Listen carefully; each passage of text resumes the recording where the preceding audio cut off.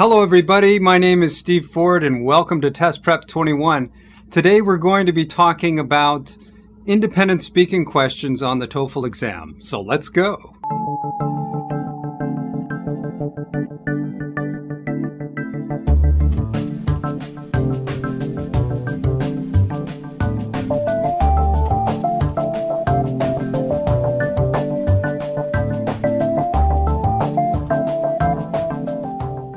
Now, for those of you who are new to the TOEFL and/or speaking section of the exam, topics generally in the independent speaking section deal with giving your opinion on a specific topic or talking about a personal experience that you've had. The time limits are 45 seconds to answer and 15 seconds to prepare.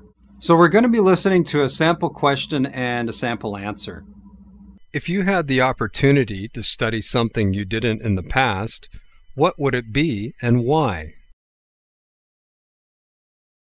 If I had the opportunity to study something I have never studied before, I'd love to study architecture.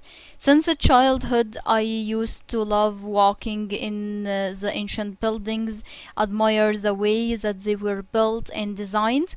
Another reason is that architecture tells you about the people who used these buildings.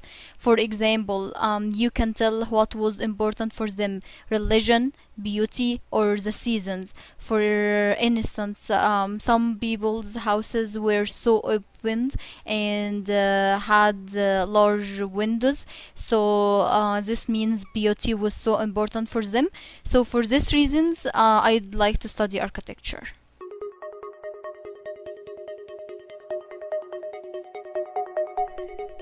Okay, so if we look at the question, we can see that it's in classic conditional to format or verb tense. So you have if, you have had in the simple past, you have didn't, simple past, and then you have would.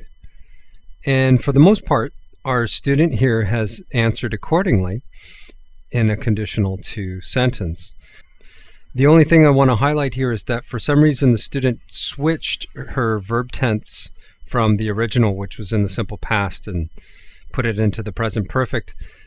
That's not an issue because we're actually going to take this whole thing and paraphrase it later on.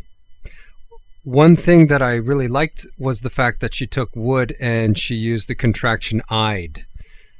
That sounds very natural, very native speaker-like, and it doesn't come as any surprise to me since the student lives and works in the United States. Another thing that I like is the fact that she used to describe something with frequency in the past. The only thing I would change here is that since is an adverb quite often used with the perfect verb tenses like the present perfect. So I'm going to change this to when I was a child.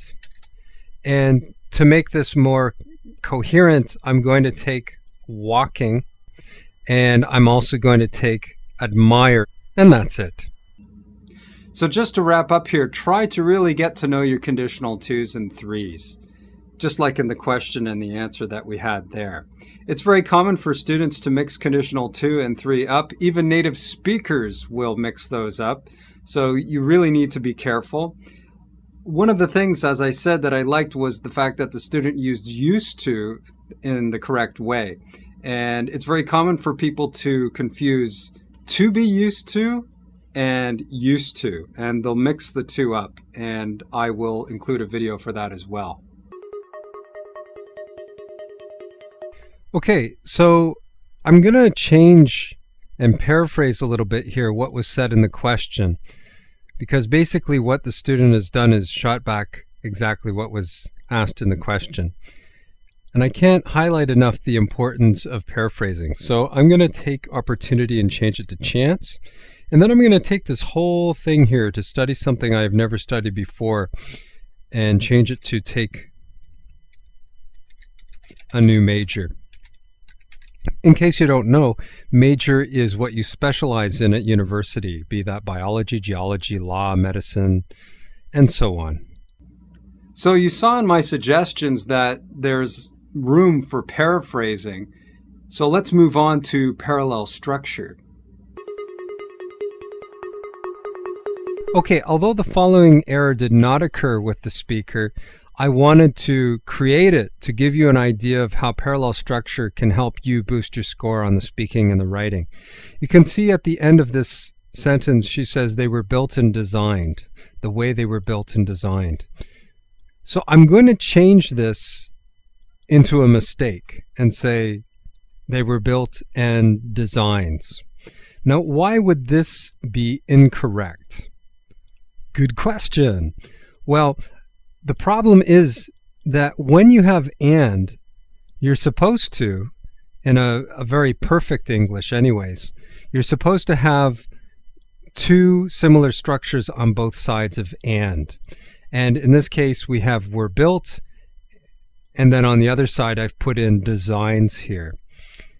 The student did it correctly. She put it into parallel structure. She put designed. So that is absolutely perfect. Now we have the past participle on this side of and then we have the past participle on this side of and. So as you could just see, using parallel structure can make your English in writing and speaking sound more polished.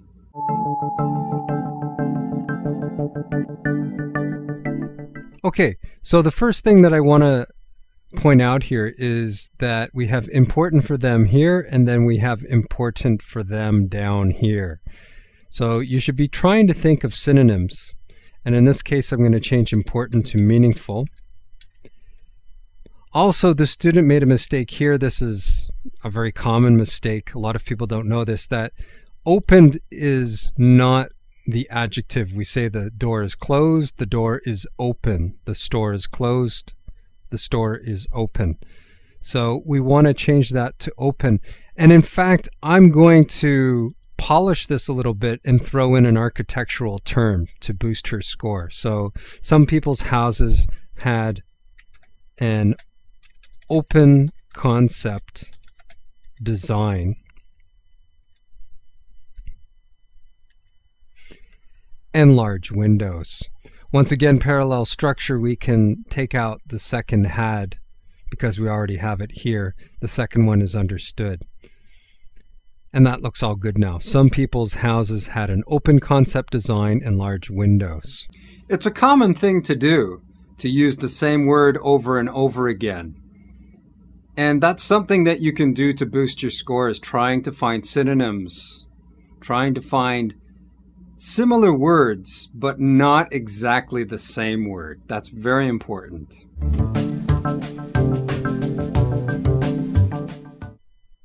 Okay, something that's becoming increasingly important on the TOEFL has to do with your pronunciation.